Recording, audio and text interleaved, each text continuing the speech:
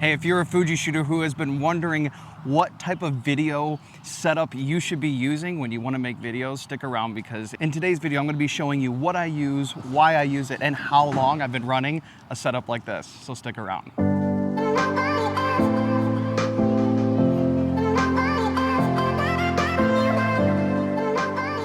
Hey, thank you so much for clicking on this video. Let me introduce myself real quick. My name is Jared. I own a marketing agency, and today I'm actually on set in Houston at a home where we're gonna be shooting video content and photo content today. And I wanted to bring you this video because I've been a Fuji videographer for just over 2 years now. We love the system, and I've tried many different settings, a few different cameras, lenses, and I'm gonna show you what we use 99% of the time for creating video content.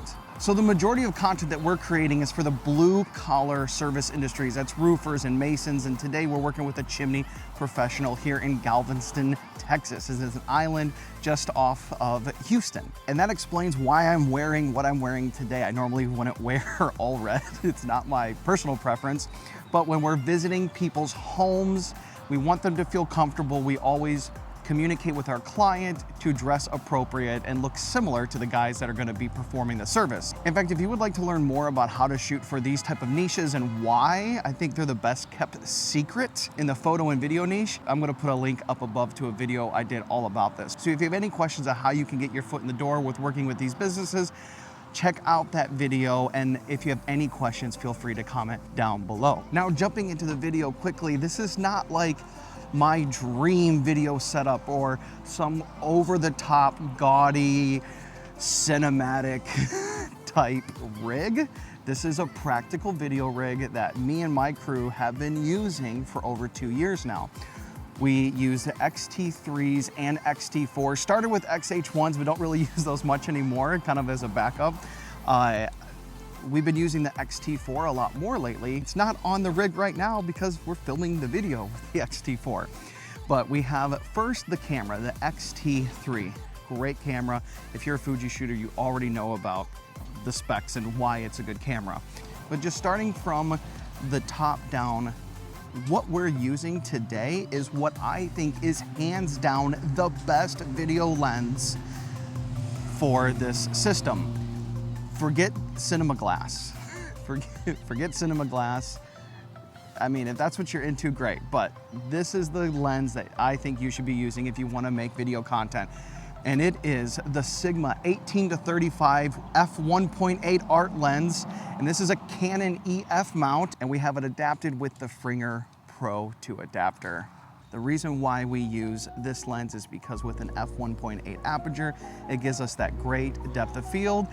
It has a nice wide to medium kind of focal range, which gives us that versatility as well as a really good minimum focal distance. The autofocus is fast, the bokeh looks great. That is why we use this lens. And speaking of bokeh, you know, that's kind of difficult with a lot of the Fuji glass. They only go down to about 2.8, and this is a 1.8.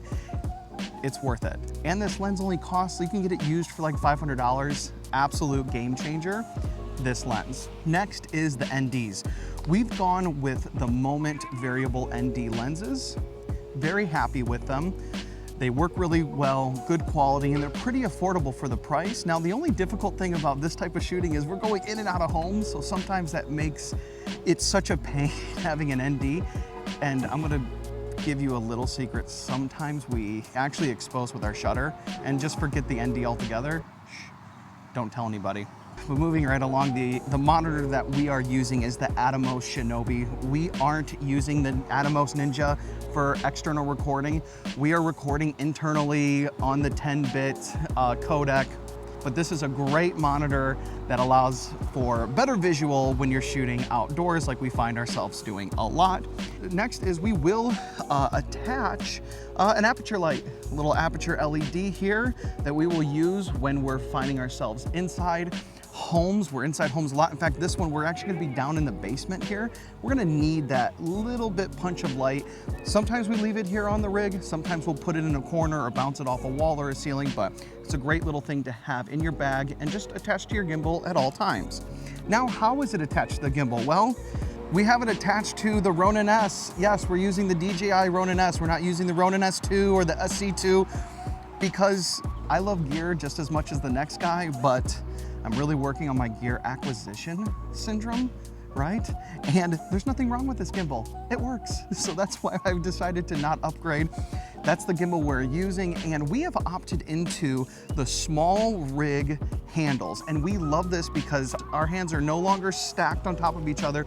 They're side by side. We get to keep our elbows in, and it's just a great addition to this rig, making it a little more comfortable for me to use long term. Now, this is a personal preference, okay?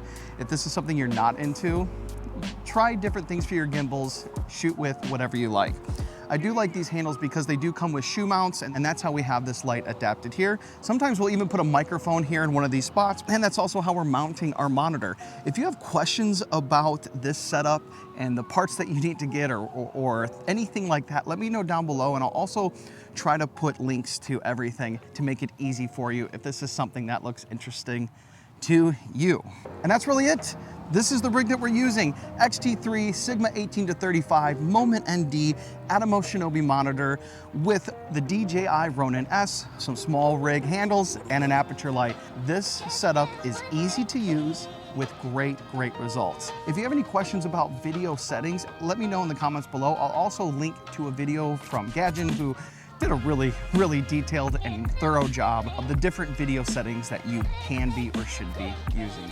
If you would like to see more behind the scenes about what we do as an agency and what I do as a creative, you know, you can visit me on the TikTok and Instagram, links below. And with all the videos that you could be watching, the fact that you took time out of your day to watch this one, guys, I just greatly appreciate it. Have a phenomenal day, and we'll see you in the next video. Peace.